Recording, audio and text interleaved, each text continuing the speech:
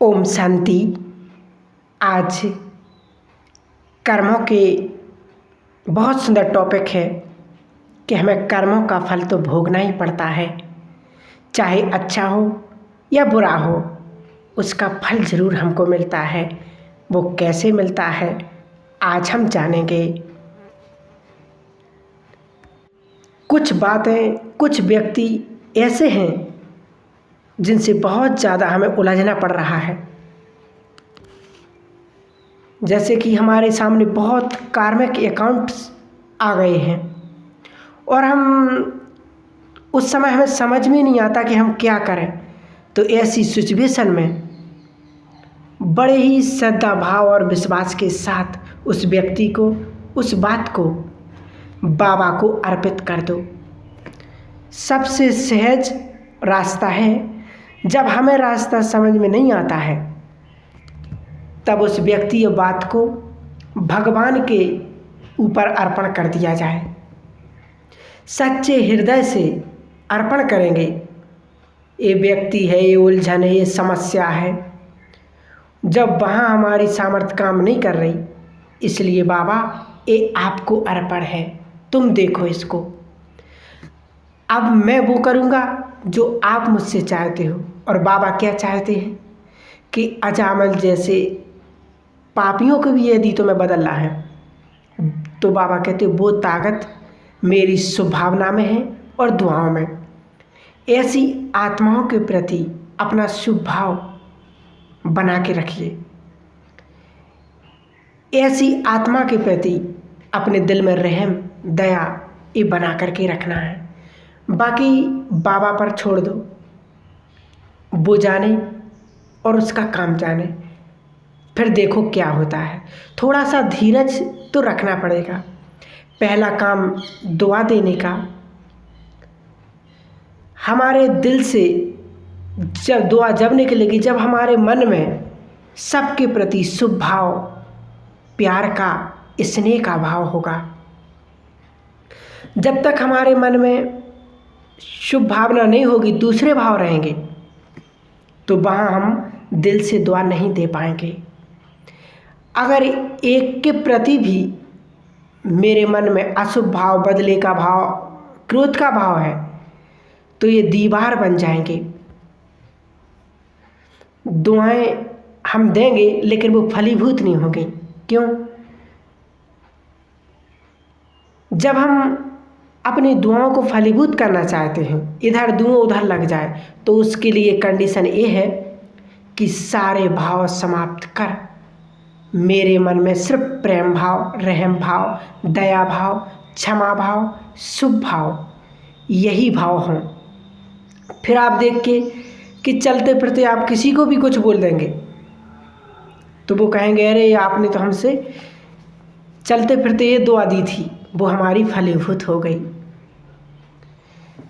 क्योंकि हमारी मनसा अब शुभ भाव से भरी हुई है, जो दूसरे भाव हमारे मन में है ही नहीं। तो जो उससे जो भाव निकले हुए हैं वही फलीभूत हो जाएगा। और सबसे पहली बात कि हमें पुण्य आत्मा बनना है, हमें उस पर फोकस करना है। पुण्य आत्मा, हमारे पास जो पुण्य है उन्हें हम यूज कर रहे हैं। हमारे पास कोई पैसा होता है, धन दौलत होती है, तो हम उसको यूज करते हैं, तो हम कमाने की सोचते हैं। इसलिए कमाते भी रहें और खर्च भी करते रहें और सेविंग भी होती रहती है ना। तो हमें भी अपने जीवन में हम बिल्कुल अंत समय में आ गए हैं। तो एक समय था कि ब्रह्मा कुमारी सभी से बोलते थे कि समय को पहचानो, विनाश का समय है, कलयुग जाने वाला है, सतयुग आने वाला है। हम शिवरात्रि पर भी बोलते थे, मतलब जो भी हमसे मिलता था हम उनसे ये बोलते थे कि समय को पहचानो, सतयुग आने वाला है, कलयुग जाने वाला है, जागो जागो, हम ऐसे बोलते थे। बहुत साल से हम बोलते आए थे, लेकिन आज समय ने ऐसी करवट बदली है कि मुझे लगता है कि ब्रह्मा कुमारी जो संस्था है सारे विश्व में फैल चुकी है आज। और भारत के बड़े बड़े लोग जिन्होंने कहा भी जाता है कि उन्हों की भविष्यवाणी 99% फलीभूत होती हैं, सिद्ध होती हैं, आज वो भी बोल रहे हैं, आज वो बता रहे हैं। सोशल मीडिया पे भी हम देख सकते कि युग परिवर्तन होने वाला है, नवयुग आने वाला है, ये समय चल रहा है। बिल्कुल स्पष्ट शब्दों में बोल रहे हैं, बड़े बड़े साइंटिस्ट बोल रहे हैं, मीडिया, न्यूज़ चैनल, हर व्यक्ति बोलने लगा है महाविनाश कि समय बदलने वाला है, कैसा समय आ गया है। तो युग तो बदलेगा, हम चाहें या ना चाहें। आज दुनिया वाले बोल रहे हैं, कल हम बोलते थे। समय परिवर्तन हो रहा है, ये होकर ही रहेगा, सोचने की बात है।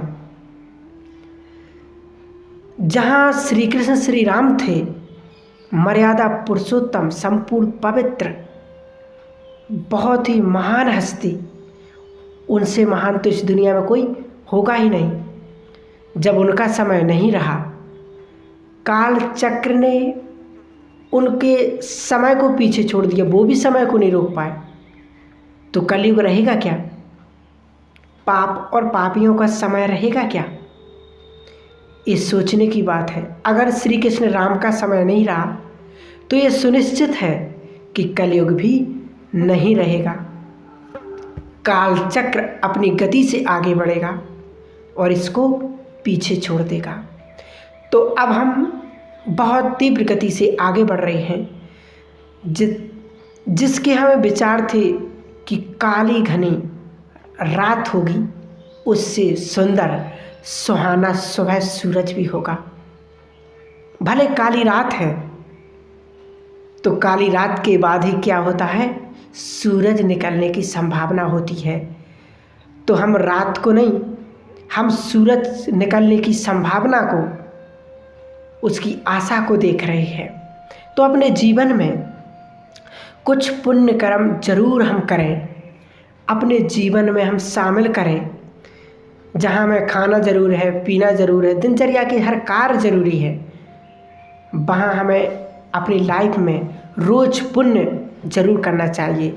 चाहे हमें मन से करना चाहिए, चाहे वचन से कीजिए, कर्म से कीजिए, अपने व्यवहार से कीजिए, दिल से कीजिए, परंतु हर रोज़ दिल से पुण्य कर्म जरूर कीजिए।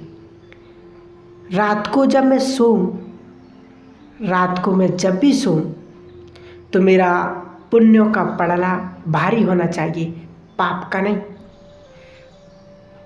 पाप की तो इस समय अविद्या हो जाने, न मन से, न वचन से, न कर्म से, न व्यवहार से, क्योंकि अब समय भी मुझे इजाज़त नहीं दे रहा है। तो पुण्य कर्मों में हम अपना फोकस करेंगे और हम उसके लिए अब सकाश देने के लिए अपने 24 घंटे में 5-10 मिनट जरूर सकाश दीजिए। हर आत्मा के प्रति, प्रकृति के प्रति, संसार के प्रति, चारों ओर हमें वो प्रकाश, वो पुण्य की वाइब्रेशन, वो पवित्र वाइब्रेशन संसार को फैलाना है। क्योंकि प्रकाश में बहुत शक्ति होती है और वही प्रकाश सकाश बन जाता है। तो हमें अपने जीवन में जिस तरह से डिजाइन करें, जिसमें 5 से 10 मिनट सकाश मुझे ज़रूर देना है, ये हमें अपने जीवन में फिक्स करना है।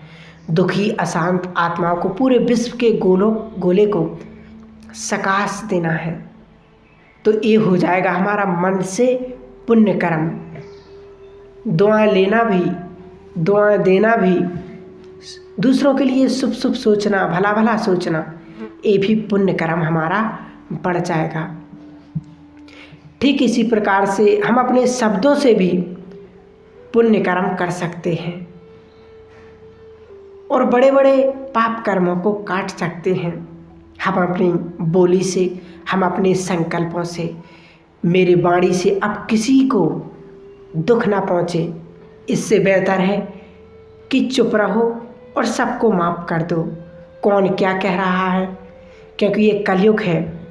आज इस संसार में किसी न किसी को किसी न किसी प्रकार से, किसी व्यक्ति से, किसी की भावनाओं से, किसी की बढ़ोतरी से ईर्ष्या है, नफरत है, कई सारे विचार हैं उसके मन में।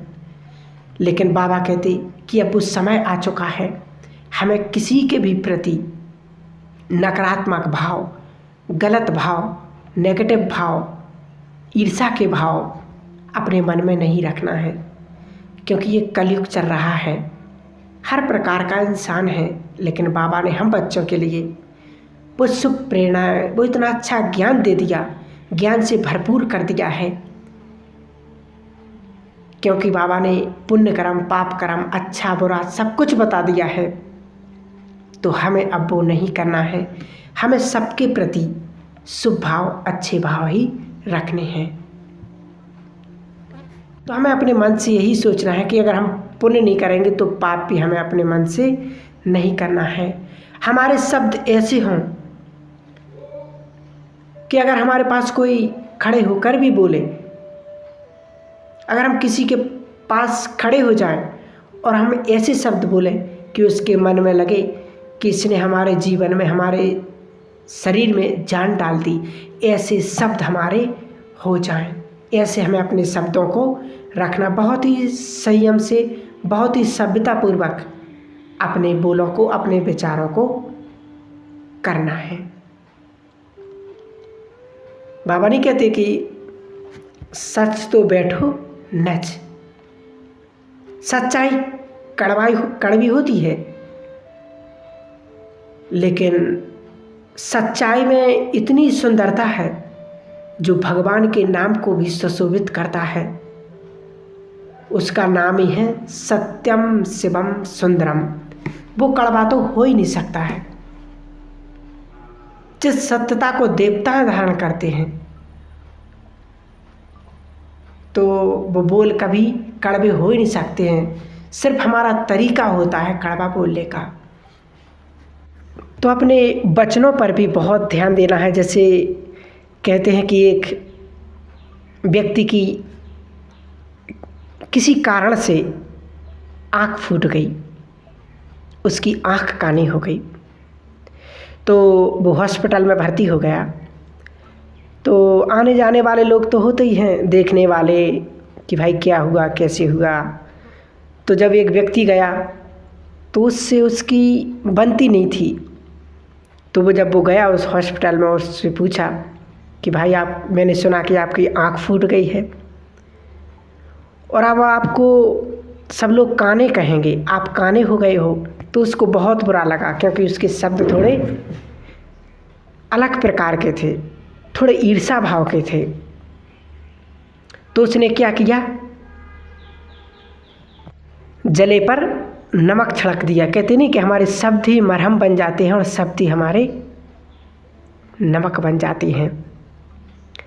तो और दूसरा व्यक्ति जब गया उससे मिलने, तो उससे पूछा कि भाई जी आपको कैसे लगा, कैसे हुआ, ये आपके साथ बहुत बुरा हुआ। तो यही शब्द उसके लिए मरहम बन गए। तो शब्द ही कहते हैं कि उसको जब एक्सीडेंट हुआ, जब उसकी आँख में वो चोट लगी, उतना दर्द उसको तब नहीं हुआ जब उस व्यक्ति ने उसके बारे में बोला, तब उसको दर्द हुआ इतना। तो हमें अपने बोलों पर भी बहुत ध्यान रखना है, क्योंकि बोल ही हमारे मरहम बन जाते हैं। तो हमें अपनी सभ्यता को कभी नहीं छोड़ना है, क्योंकि हमने अगर सभ्यता को छोड़ दिया तो मेरी सत्यता में कोई शक्ति नहीं रहेगी।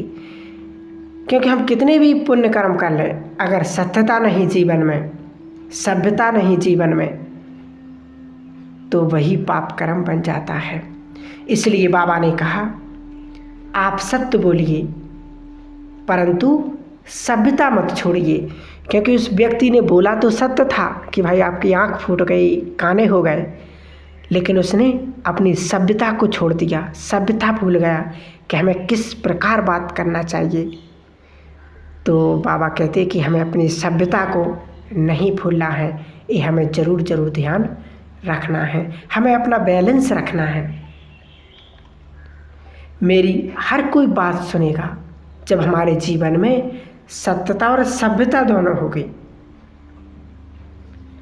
बाबा ने देखो कहा भी है कि जो ब्राह्मण आत्माएं हैं, हम सभी, वो बड़े बड़े पाप कर्म नहीं करती, परंतु सूक्ष्म छोटे छोटे पाप हो जाते हैं जिन पर हम ध्यान नहीं देते, बोलने का तरीका नहीं, सोचने का तरीका नहीं। तो फिर लोग कहते हैं ना कि ओम शांति वाले भी ऐसे ही बोलते हैं। तो हमें अपने बोलों पर, अपने कर्मों पर बहुत बहुत ध्यान देना है। ओम शांति, ओम शांति।